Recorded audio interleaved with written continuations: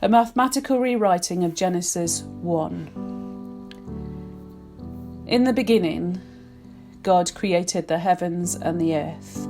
Now the earth was formless and empty. A new page of a new book waiting for the ink to hit the paper. Darkness was over the surface of the deep. There was nothing, and the Spirit of God, the pen of the author of creation, was hovering over the waters. Then God said, "Let there be light," and there was light. God saw that the light was good, and he separated light from darkness. The light moved across the darkness at a constant speed that could not yet be measured, but by God, who knew that the speed of light was a thing that would be discovered thousands of years later by creatures he had not yet created. There was nothing to bend the light, and the light just shone. God called the light day, and the darkness he called night. And there was evening, and there was morning, the first day. And God said, "Let there be a vault between the waters to separate the water from water." So God made the vault and separated the water under the vault from the water above it. The water contained properties yet to be discovered, properties which would mean that floating and living and buoyancy would be things that could be identified, things that right now the Creator only knew about. And it was so. God called the vault sky, a place where one day machines would fly, a place where mysteries would be unravelled and the most beautiful discoveries in the universe would be founded. And there was evening, and there was morning, the second day. And God said, "Let the water under the sky be gathered to one place, and let dry ground appear." And it was so, and now the tides that followed trigonometric patterns yet to be discovered were flowing as God called the dry ground land, and the gathered waters he called seas. And God saw that it was good.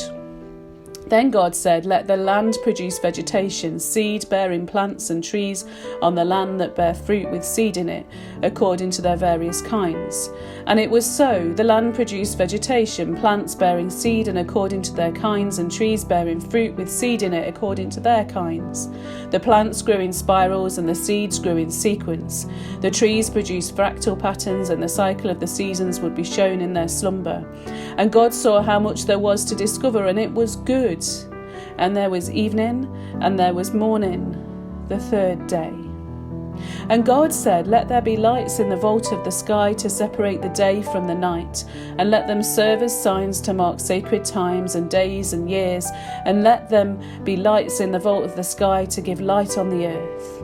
And it was so. God made two great lights, the sun and the moon, and he also made the stars. The sun and the moon would govern the seasons and the months and the years and the days, and the great constants of the universe were first seen. And the possibility for space travel and discovery was imagined, and trigonometry raised its head again to see the way to the stars.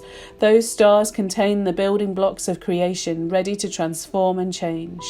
And God saw that it was good. That was evening, and there was morning, the fourth day. And God said, "Let the water teem with living creatures, and let birds fly above the earth across the vault of the sky." And God showed long before flight was discovered that flight was possible. And God showed that diversity was key to creation as he created the great creatures of the sea, and every winged bird according to its kind. Through gentle change and nurture they survived. God blessed them and said, "Grow and be fruitful." And the breeding patterns of life began, ready from the start to be measured and multiply. And there was evening, and there was morning, the fifth day. And God said, "Let the land produce living creatures, the livestock, the creatures that moved along the ground, the wild animals." And it was so. God made all of these, and he created ecosystems that could be measured over time, perfectly balanced, perfectly beautiful. And God saw that it was good. Then God said, "Let us make humankind in our image, in our likeness, so that they may rule over the creatures." Human beings will have the ability to understand all of this. Human beings will have the ability to make good and bad choices. They could knock a system out of joint or nurture it to work as was intended. Human beings will be filled with wonder at the science behind the world, and as they discover more, they will choose to create or destroy. So God created humankind in his own image.